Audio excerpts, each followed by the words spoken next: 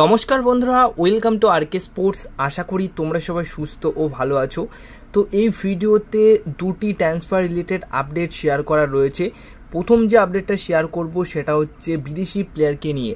29 বছর বয়সী মন্টেনেগ্রো যে দেশ রয়েছে সেই দেশের সেন্টার ব্যাক বা ডিফেন্ডার পজিশনের প্লেয়ারকে দলে নিতে চাইছে কেরালা ব্লাস্টার্স দল। বয়সটা কিন্তু বেশি না, মানে 29 বয়স রয়েছে, তো খুব ভালো। এখন যদি তাকে দল নিতে পারে তাহলে একটা ভালো সাইনিং অবশ্যই হবে। নিকোলা সিপসিক এই মুহূর্তে লালিগা 2-তে খেলছে। 4,80,00,000 টাকা মতো তার মার্কেট ভ্যালু রয়েছে। এই ফুটবলারটিকে দলে নেওয়ার জন্য ইচ্ছা প্রকাশ করেছে কেরালা ব্লাস্টার্স দল, এমনটাই কিন্তু খবর রয়েছে। তো যদি সব কিছু ঠিকঠাক থাকে তাহলে এই ফুটবলারটিকে তোমরা খেলতে দেখতে পারবে আগামী মরশুমে কেরালা ব্লাস্টার্স দলে জার্সি গায়ে। এবার সবশেষে যে বিষয়টা শেয়ার করা রয়েছে এই প্লেয়ারটিকে নিয়ে, কিন্তু এর আগেই আমি তোমাদেরকে বলেছিলাম যে মুম্বাই সিটি এফসি এবং মোহনবাগান এফসি এই দুটি দল কিন্তু এই প্লেয়ারটিকে দলে নেবার জন্য ফাইট করছে, আর সেখানে 1 নম্বর পজিশনে মানে এগিয়ে রয়েছে মোহনবাগান দল।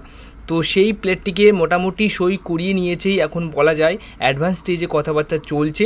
অ্যাডভান্স স্টেজে কথাবার্তা চলা মানে মোটামুটি সেই ডিলটা ডান হয়েই গেছে।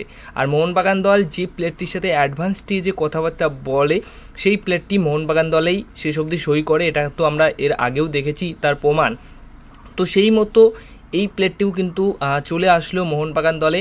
আর প্লেয়ারটি Mizo footballer, Indian player, striker পজিশনের প্লেয়ার লাল বিয়াকনিয়া এই যে ফুটবলারটি আইজল এফসি দলের হয়ে আই লিগ খেলেছেন।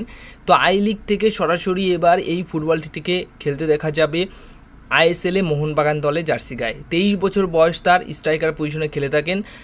1,40,00,000 টাকা তার মার্কেট ভ্যালু রয়েছে।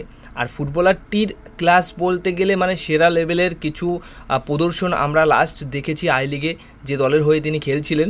আর তার জন্যই কিন্তু এই প্লেয়ারটির ওপর নজর পড়েছিল মুম্বাই সিটি এফসি দলেরও, কিন্তু মুম্বাই সিটি এফসি দলকে ছাড়িয়ে গিয়ে 1 নম্বরে বা এগিয়ে ছিল মোহনবাগান দল এই প্লেয়ারটিকে সই করানোর ক্ষেত্রে। সেটা তোমাদেরকে লাস্ট একটি ভিডিওতে বলেছিলাম। তো সেই মতো সেটাই হলো, মোটামুটি পুরো ডিলটা ডান হয়ে গেছে। খুব তাড়াতাড়ি অবশ্যই অফিসিয়াল অ্যানাউন্সমেন্টটাও করে দেবে এই প্লেয়ারটিকে নিয়ে মোহনবাগান দল।